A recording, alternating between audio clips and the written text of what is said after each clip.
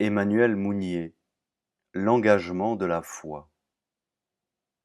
Une affiche des 100 dieux qui fait partie, en URSS, du fonds commun de tous les musées antireligieux, pose le problème de l'Église.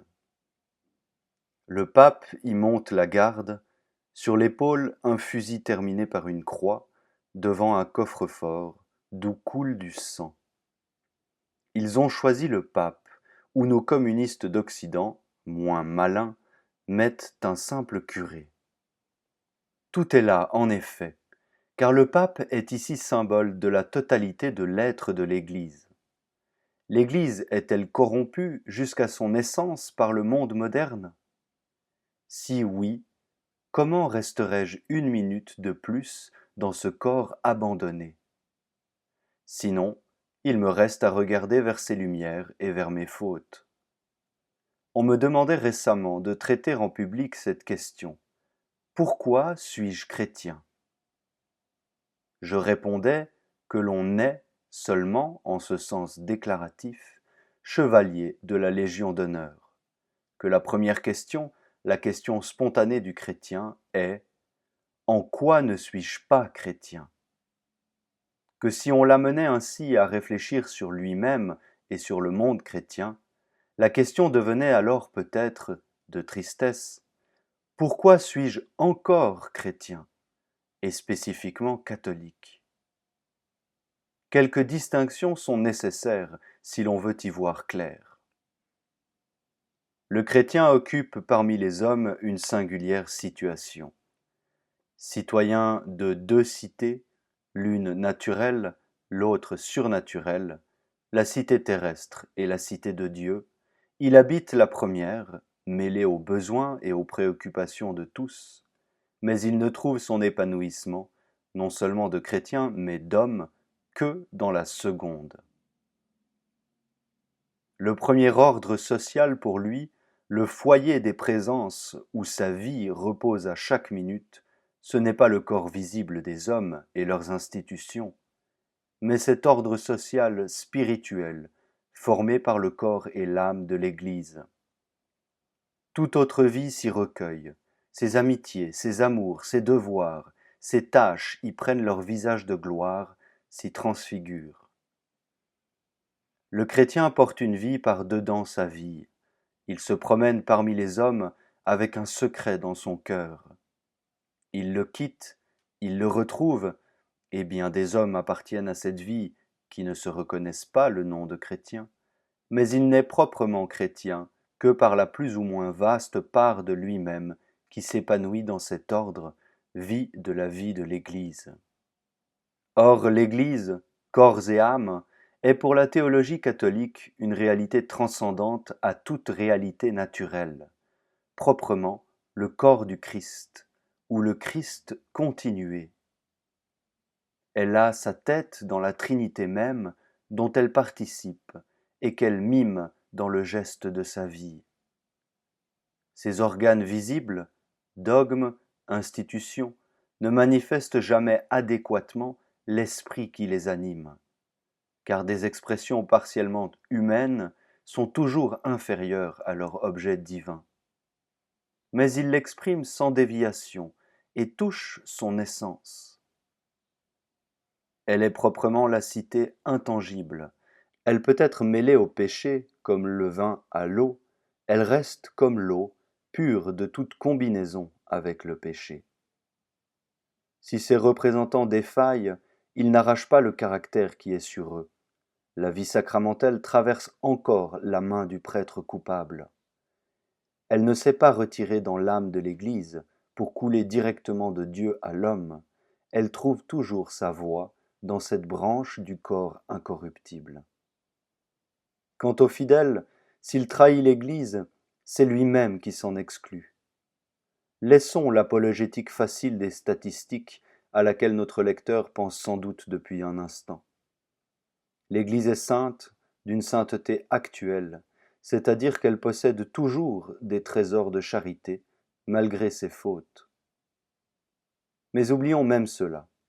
Quand bien même, donnons-nous le pire, tous les chrétiens, tous les prêtres, le pape lui-même, serait actuellement en état de péché mortel, il resterait encore sur terre non seulement une âme, mais un corps de Dieu.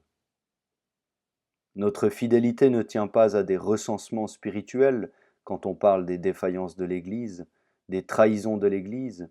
Il est bon d'entendre qu'il ne peut en aucun cas s'agir de l'Église comme telle dans son corps et dans son âme.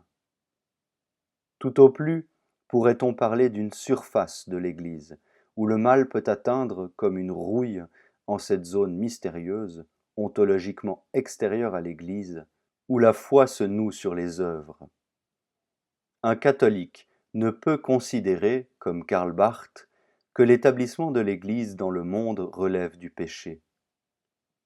Si cet établissement est pur, s'il cherche le royaume de Dieu dans les murs et dans les mœurs, non la domination matérielle, il a même le seul établissement légitime, car seul il ne contraint point et possède en soi la vie pour ne pas s'assoupir.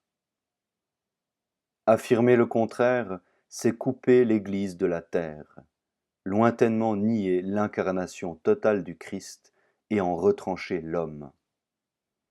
Toutefois, la vie interne de l'Église n'emploie que des moyens surnaturels pour une fin surnaturelle, dans son établissement, qui est une fin surnaturelle, la communication du Christ au plus grand nombre d'âmes possible par la voie de l'enseignement direct, prolongeant la voie de la communion invisible. Les moyens employés sont partiellement naturels. Tout chrétien connaît ce conflit de chaque jour dans sa vie entre l'assurance qu'une foi vive soulèverait les montagnes et sa lucidité sur les déficiences de sa propre foi, qui l'oblige en conscience à solliciter les moyens naturels de l'action. Donne-t-il trop à ceux-ci? N'est-ce pas insuffisance en lui de la vie? Les bouscule-t-il? Est-ce vraie foi ou présomption? Or, les moyens du monde sont des moyens lourds. Il y a toujours quelques souillures dans les résultats obtenus avec eux. Ils peuvent aller jusqu'à faire basculer dans le monde l'action apostolique du chrétien, le naturaliser dans toute sa surface.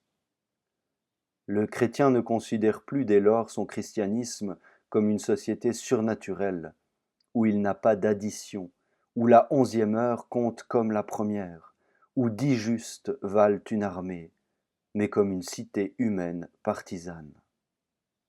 Impérialisme in spiritualibus. On est catholique comme on est d'une classe ou d'un milieu social. Nous connaissons les villes où les deux situations coïncident. On compte les entrées, les sorties, les mariages de raison et d'amour, les intrigues, les statistiques, les forces d'influence. L'espérance est remplacée par une broussaille d'habileté qui étouffe le germe sous prétexte de le protéger. Quant à la foi, n'en parlons pas. En tout cela, rien de gagné pour le royaume de Dieu. On couvre le corps de l'Église, le corps du Christ, avec des républiques de petits camarades. Chapelle, non pas, maison de commerce hors du terrain sacré, parasites de son rayonnement comme ces boutiques de marchands qui serrent leur lèpre autour de nos pèlerinages. L'Église, de par la condition humaine, ne peut se passer de moyens temporels. Une quête pendant un office est irritante, mais la nef ni l'office ne seraient sans la quête. Et résisteriez-vous, monsieur, à un régime de catacombes? Mais le chrétien ne peut traiter sans danger avec le monde que s'il garde les yeux et le cœur fixés sur la perfection. Le Christ a commencé son apostolat par le refus des richesses et des puissances de la terre. Voilà l'étoile qui donnera aux chrétiens une préférence de race pour les moyens pauvres parce qu'ils purifient. Marchant dans la chair, ils ne militent pas selon la chair. Les armes de leur milice ne sont pas charnelles.